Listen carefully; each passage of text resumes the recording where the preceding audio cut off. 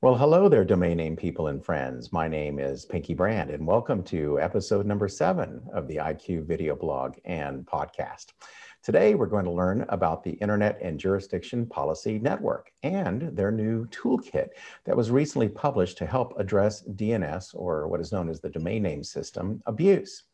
This new toolkit provides information on preserving the Internet's technical layer when applying DNS-level action to address abuses.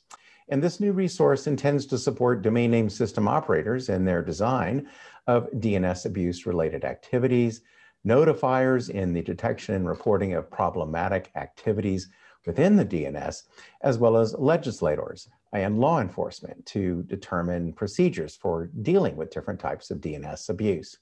My guest today is Elizabeth Behsudi, who is the director of the Domains and Jurisdiction program at the network.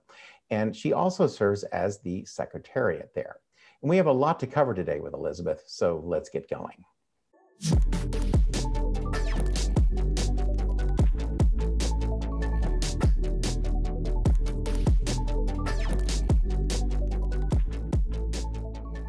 Well, welcome everyone. We're back at the IQ video blog today, and I am very pleased to have Elizabeth Behsudi with us as our special guest.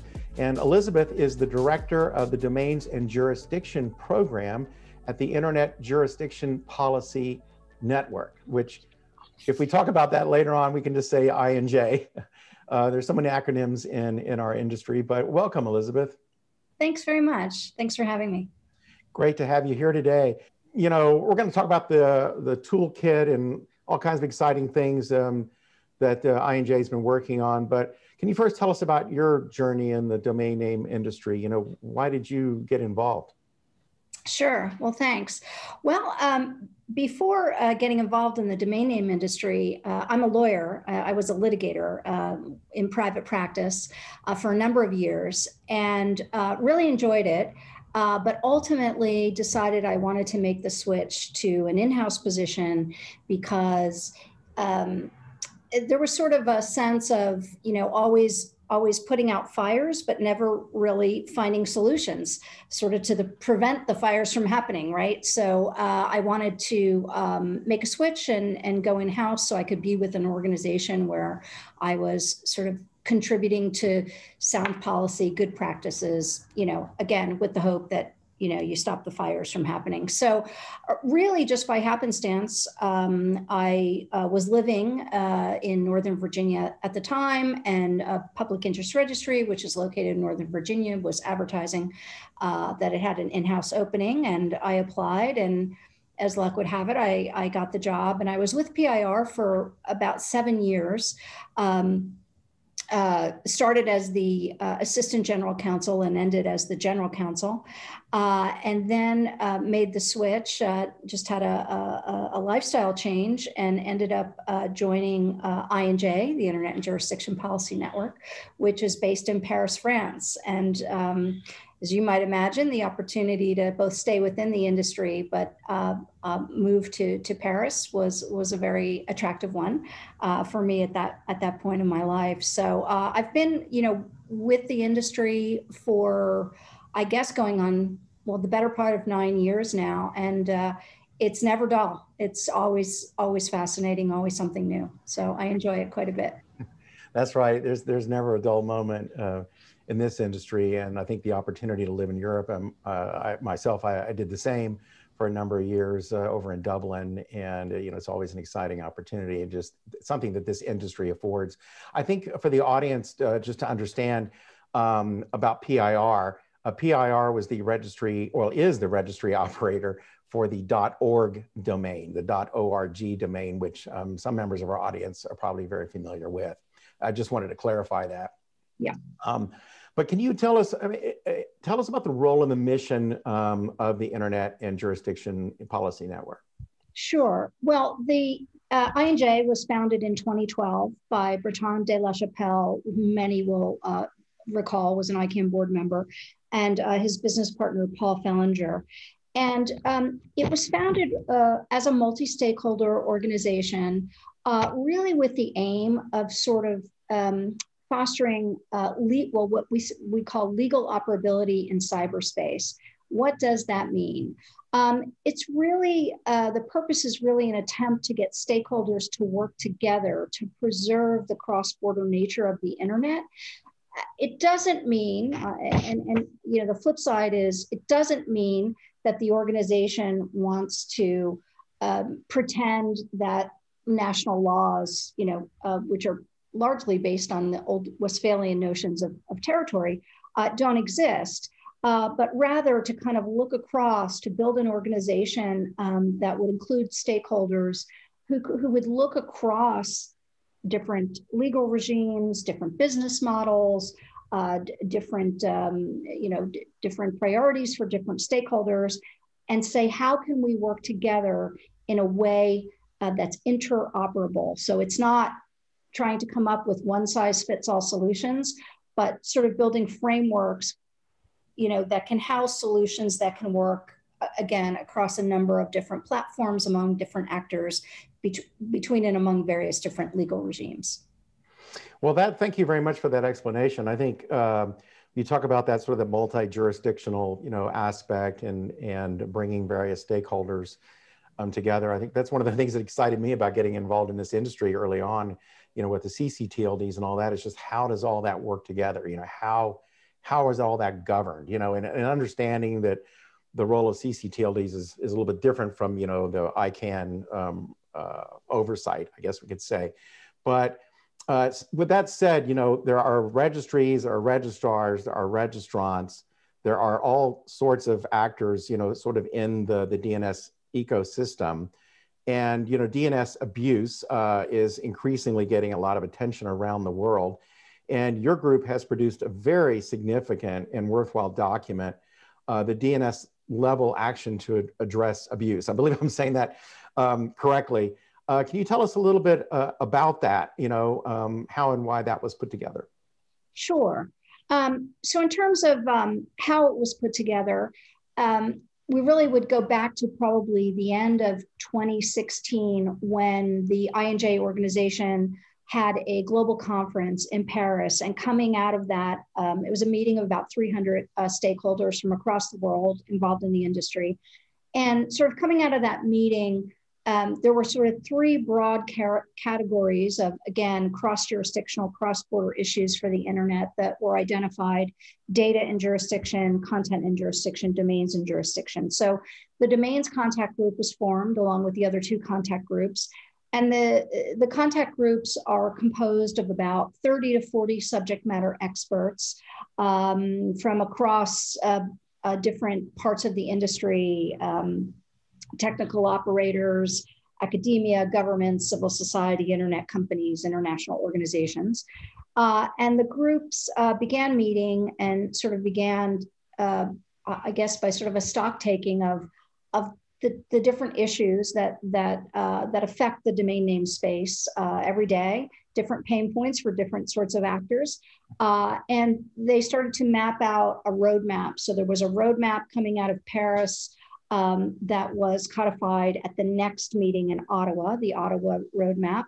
And then from Ottawa, there was another meeting in 2019 in Berlin. There was a Berlin roadmap. And each time the group was sort of identifying issues and then meeting to attempt to address these issues with the hope of reaching consensus on either, you know, guides or workflow mapping exercises, best practices, definitions, very importantly, taxonomies, to sort of, again, an attempt to collaborate, get people on the same page and work toward interoperable solutions.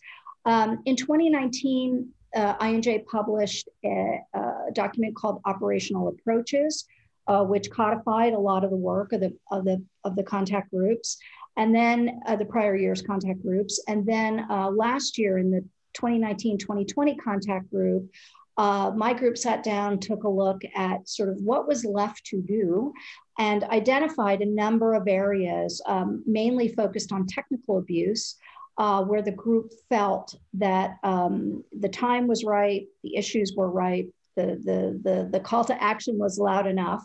And they really worked very diligently and put together a group of what we call outcomes, consensus-driven documents, that we felt were very, very useful, and which we didn't want to have them exist solely within I&J. We wanted them to be out there, to be socialized, not just among the various industry actors, but among everybody who's using the internet and has an interest in technical abuse and in the identification and remediation of technical abuse.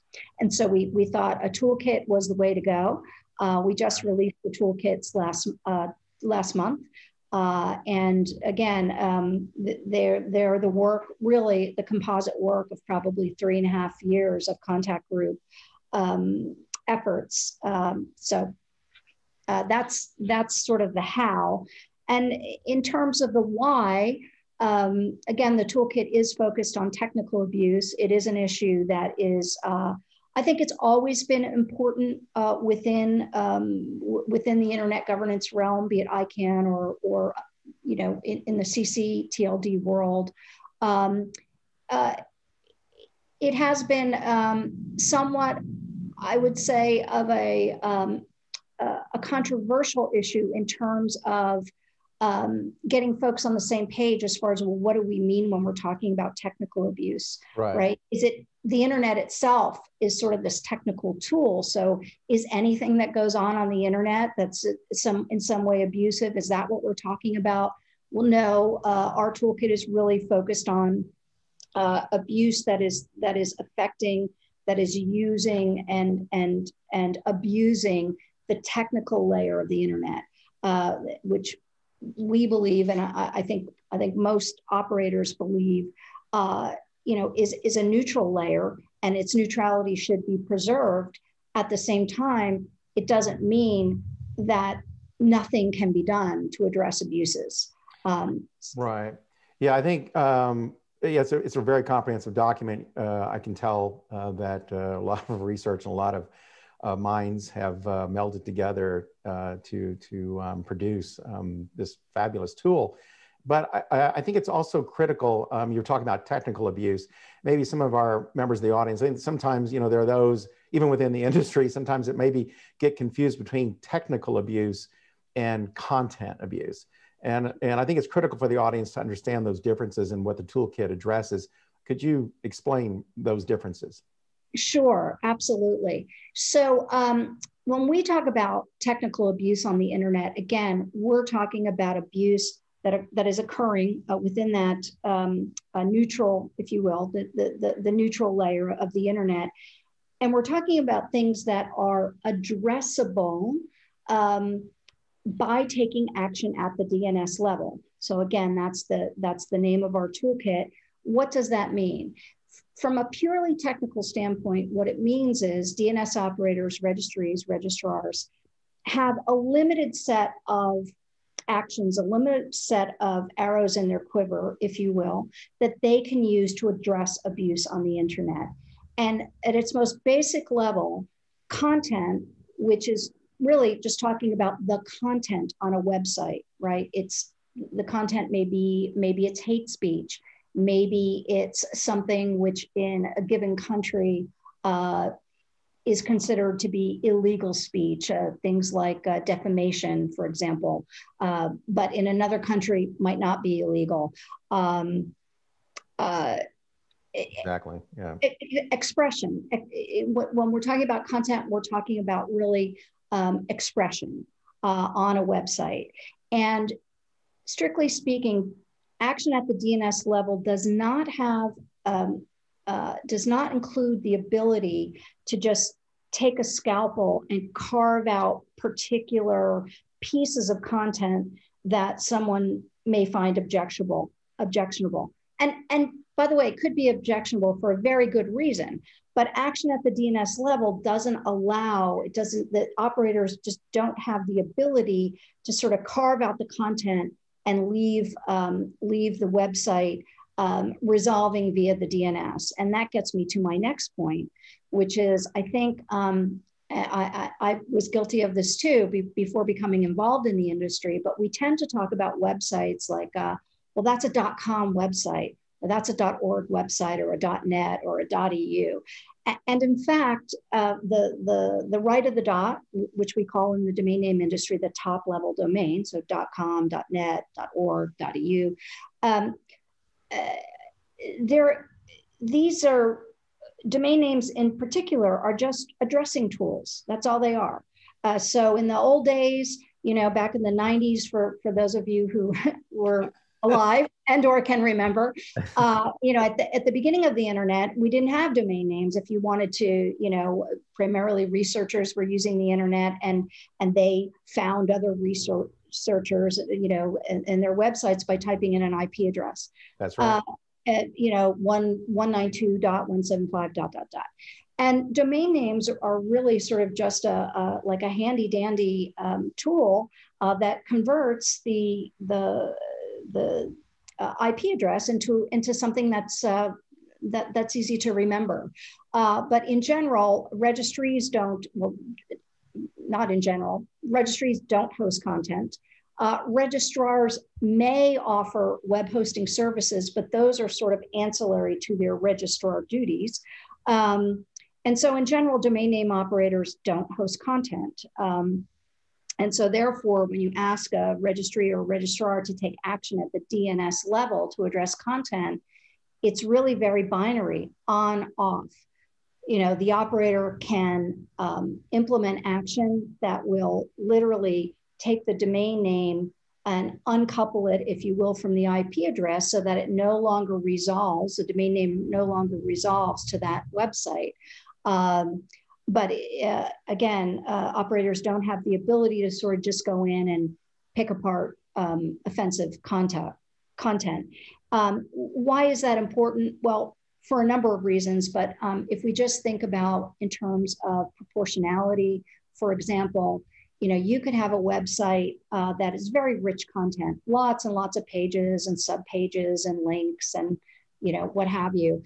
And if the alleged offending content exists in one little URL on that website, and the DNS operator decides to take action to disable the domain, all of that content becomes unaddressable versus the DNS. Right. So it really is a question of proportionality. It's a question of due process for the registrant. Again, the registrant may host or, maybe hosting content, maybe that is perfectly legitimate in country A, but not in country B. And really asking the DNS operator to kind of step in without any sort of due process, any sort of procedure for the registrant to also be heard. It's a very drastic action. It's not to say that it never happens, but it's a drastic remedy. It is quite a drastic remedy. I think an example for some of our viewers is, let's just say there's a bank site, but and not getting too nerdy here, there is a .bank TLD which has very specific restrictions on who the registrants can be. But let's just say it's a bank and it's on a .com domain or a .es domain in Spain or something. That bank may not be aware that its own site has been hacked, and there could be even a phishing page embedded within that domain. And therefore, if the registry operator or the registrar takes the option of suspending the domain, it actually could, just because of a report of phishing, it doesn't necessarily, that's not necessarily a great thing to take down a bank site, like a legitimate bank, so to speak. Exactly.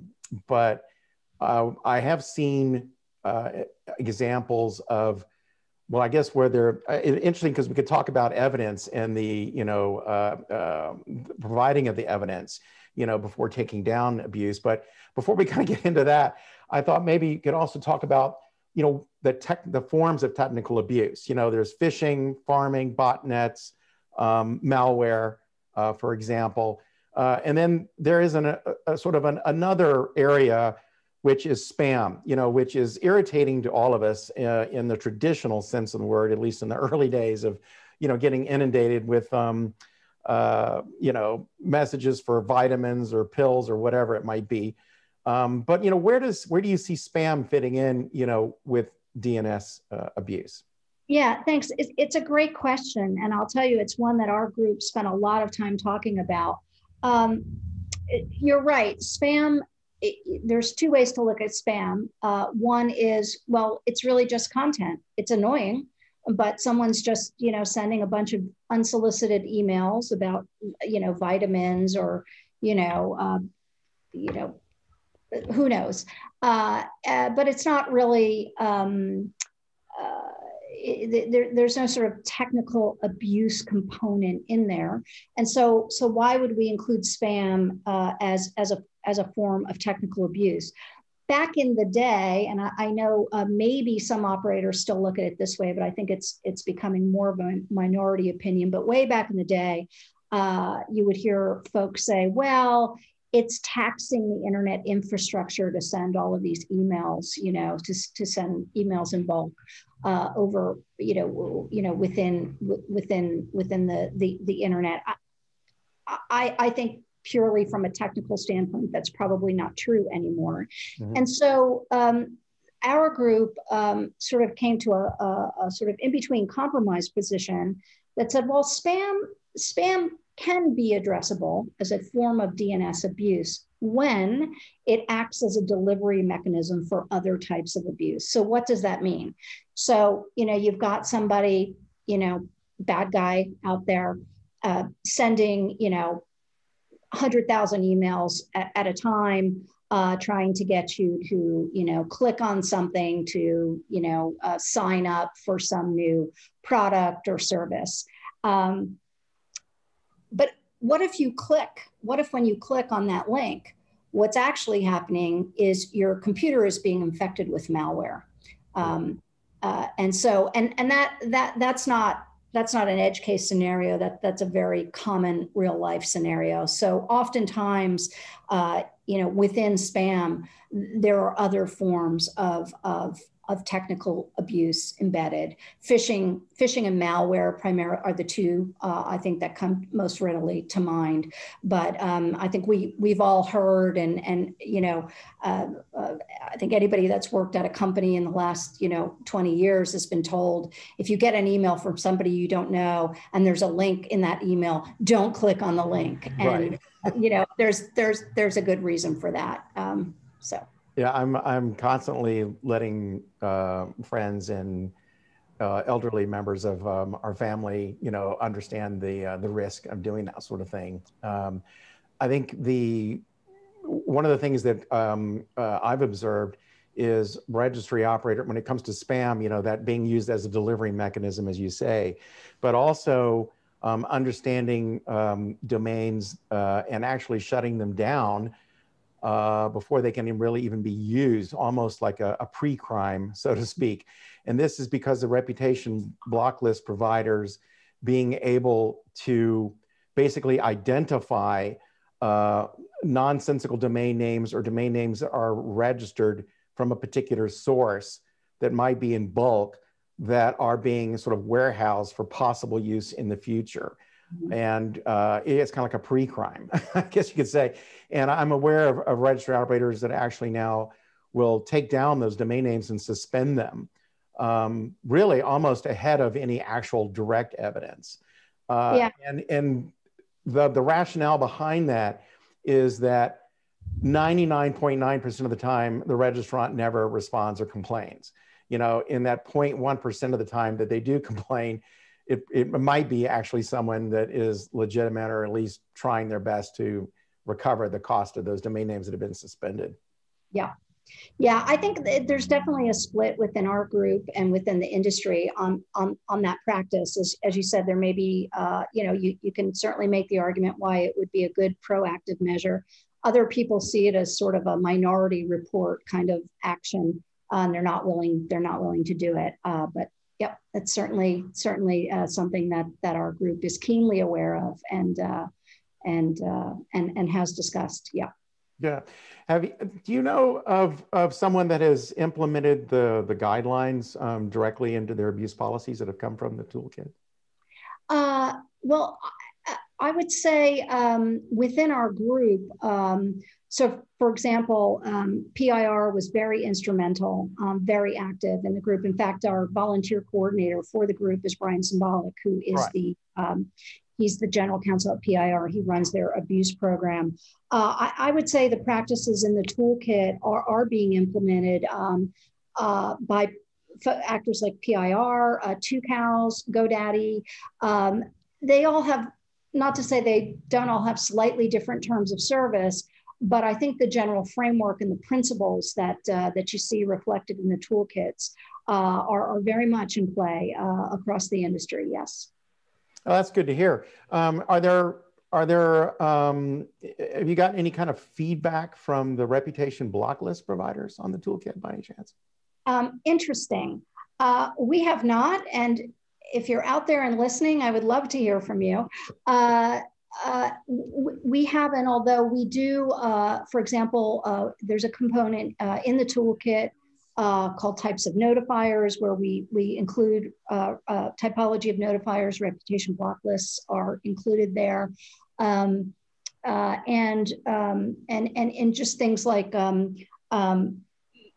there's a part of the toolkit called minimum notice components, which just sketches out what are the sort of must-have data points when making a notification. And reputation block list providers are mentioned there and elsewhere in the toolkit. I think one of the comments that we hear most frequently from domain name operators is that while some reputation block list providers are very diligent about providing evidence, saying here, there's a fish, here's a screenshot, this is what we're talking about. Others are not, and it is a source of, I think, sometimes frustration for the folks in whether it's in the compliance or if they have a dedicated abuse workshop within within a given operator. But I think sometimes more evidence would be better. Sometimes coming from the block list providers.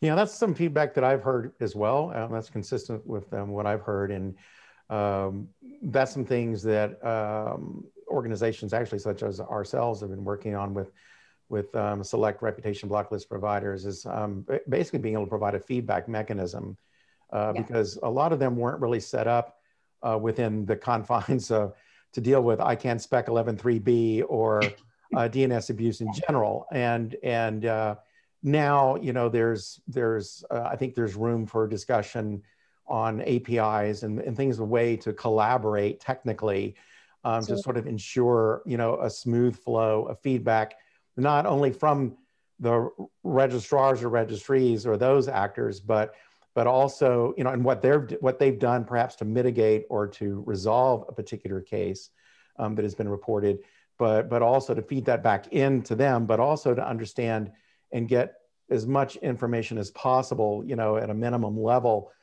from the reputation block list or whoever that source is that's reporting that abuse. Yeah, agreed. And I would say also, I think it's just super helpful to have, even if it's just a screenshot or a description, where exactly is the abuse taking place? Because it also, again, affords the opportunity, for example, for the registrar who's got the direct relationship with the registrant to go to their client and say, hey, we've got this complaint, looks like this is happening on your website. It's right here, to afford the opportunity to solve the problem without having to disable the entire website. Right. Or to at least have that conversation with the registrant and saying, did you know this was here? This is problematic. How can we work together to resolve it? And I think, again, more communication, more collaboration is always a good thing. Yeah, and when it comes to specifically to identifying suspicious activity, what particular tools or resources do you recommend, does the I&J recommend?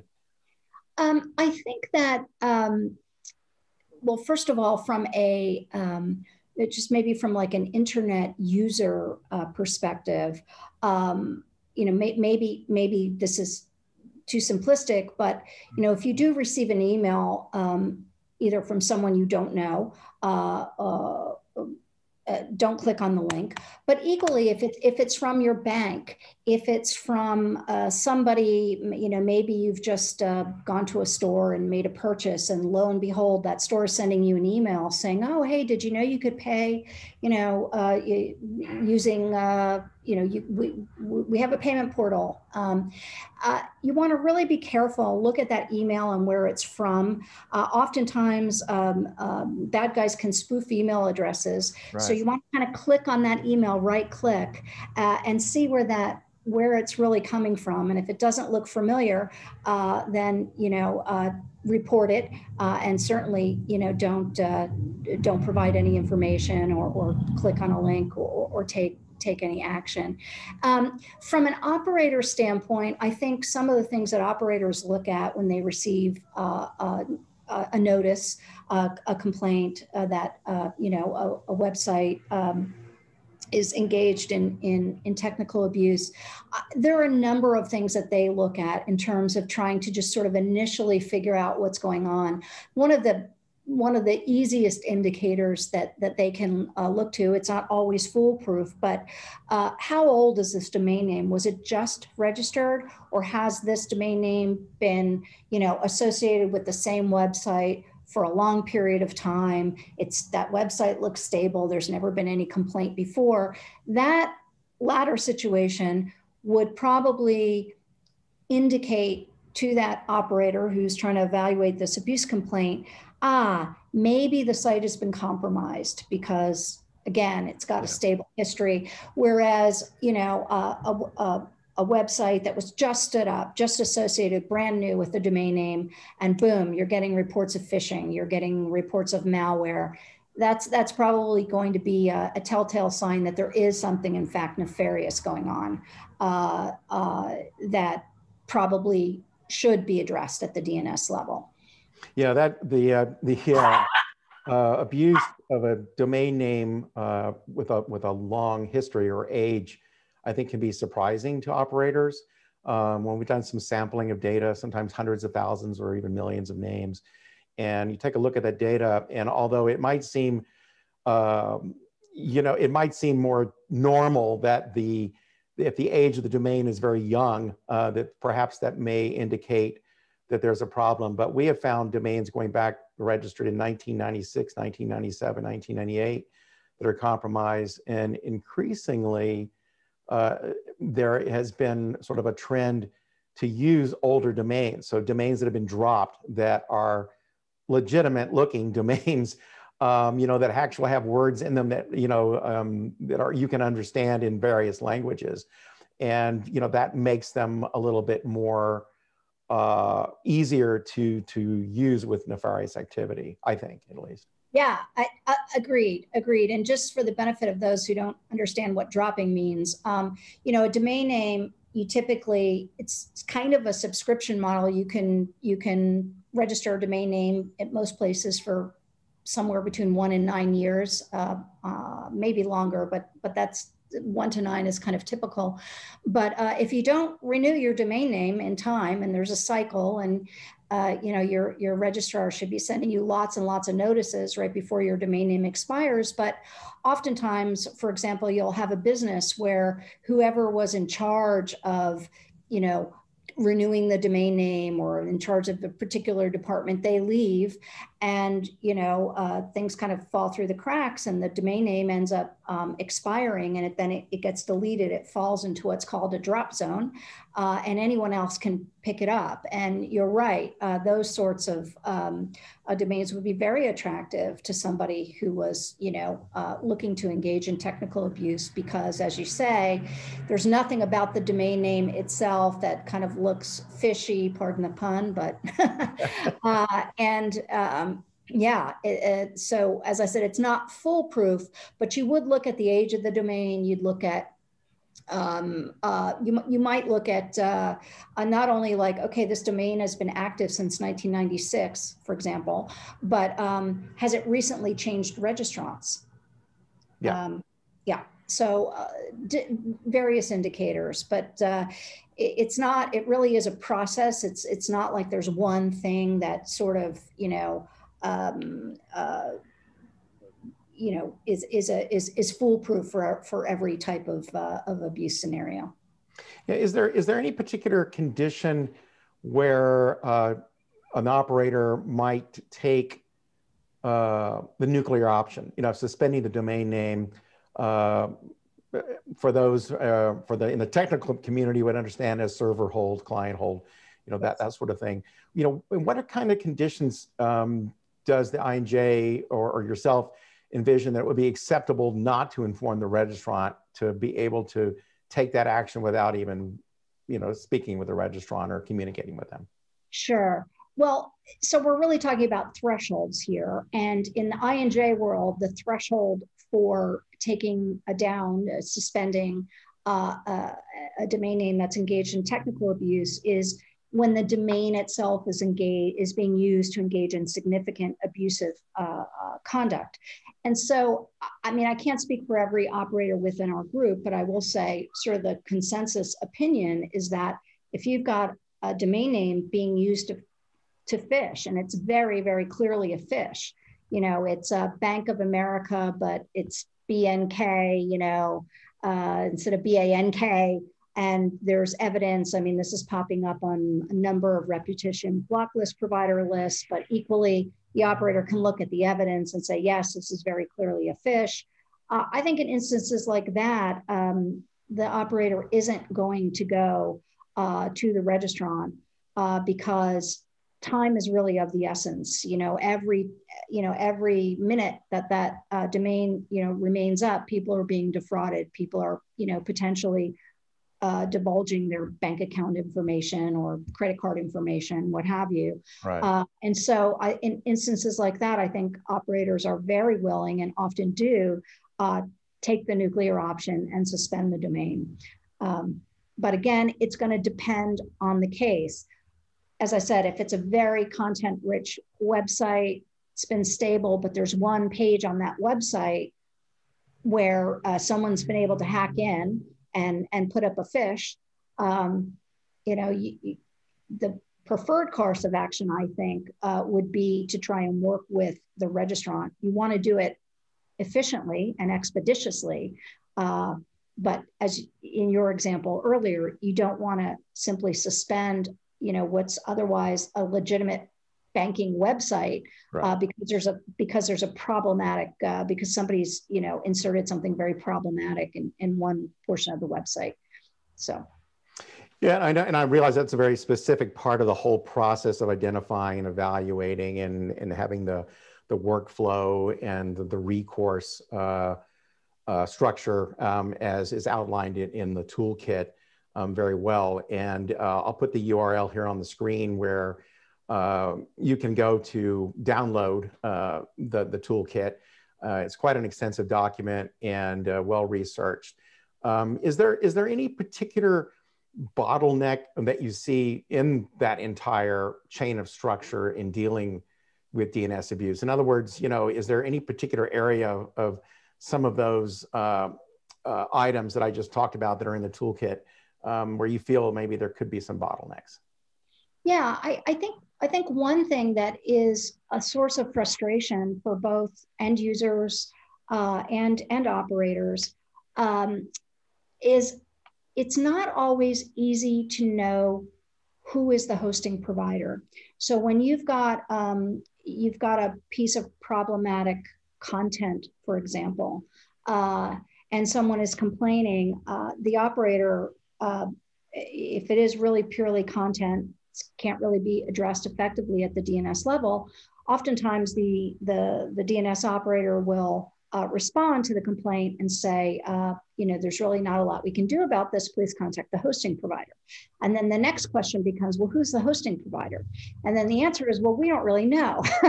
We can make some assumptions based on the who is, and we can look at the server configuration and maybe make an educated guess sometimes, but there really isn't, to my knowledge, sort of a handy dandy little easy way of figuring out who's providing hosting for a particular website. And I think that would be, really important development if somehow the industry could put some good minds together and try to figure that out, because it really is very frustrating. Equally so, in cases where, yes, there is some sort of technical abuse going on, but the site is compromised. So the operator will contact the registrant, and the registrant is trying to work with its hosting provider, and you'd be surprised sometimes the point of contact for the registrant may not always be the same person that's really running the website. Right. So it's all about communication and information, which is often imperfect. Yeah, and if that is, it's the average person on the street, let alone just understanding what top level domains are, and then what is a name server, what is a hosting provider, and is that Verizon, is it, I'm not trying to throw them under the bus or anything, but who is actually hosting this suspicious or allegedly suspicious activity, right? Can you provide any sort of roadmap as to anything else that's on the horizon in terms of dealing with DNS abuse at the I&J? Sure. Well, we're about to reconvene our contact group for the 2021-2022 cycle, and one of the things that's on tap for the group to consider is a mapping, if you will, of a workflow for remediating botnets. The toolkit contains a workflow for remediation of malware and phishing. Botnets, as you may know, are somewhat larger, meatier problem, and they require a lot of coordination, not just buying among DNS operators, but equally law enforcement, governments, sometimes cybersecurity firms. And so the group will put its head together and attempt to map out what the remediation path is for botnets, in particular, botnets that are propagated by DGAs, domain generating algorithms, on the particular problems that, say, GTLD operators face versus CCs and restrictions in ICANN contracts and the like. So that's one thing. I think another thing that the group really would like to take a look at, well, two other things. One is an attempt to sort of frame out what a good trusted notifier program looks like.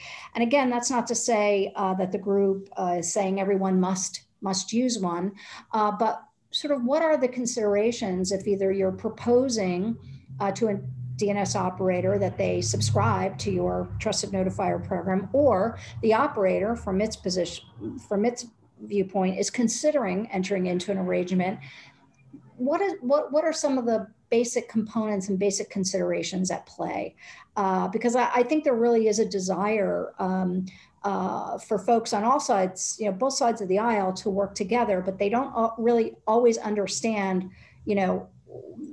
what's important, to the other side. So that we're going to spend a little bit of time looking at that. And then we're going to spend some time talking about accountability and transparency mechanisms, statistics for domain name suspensions. We sometimes call them takedowns. And what does a good reporting system look like? And how can the industry increase its accountability and its transparency measures? Well, thank you, Elizabeth, very much for your time today. You've been very generous with it, and thank you for sharing information about the toolkit. And we hope to hear more from your group on DNS abuse in the future.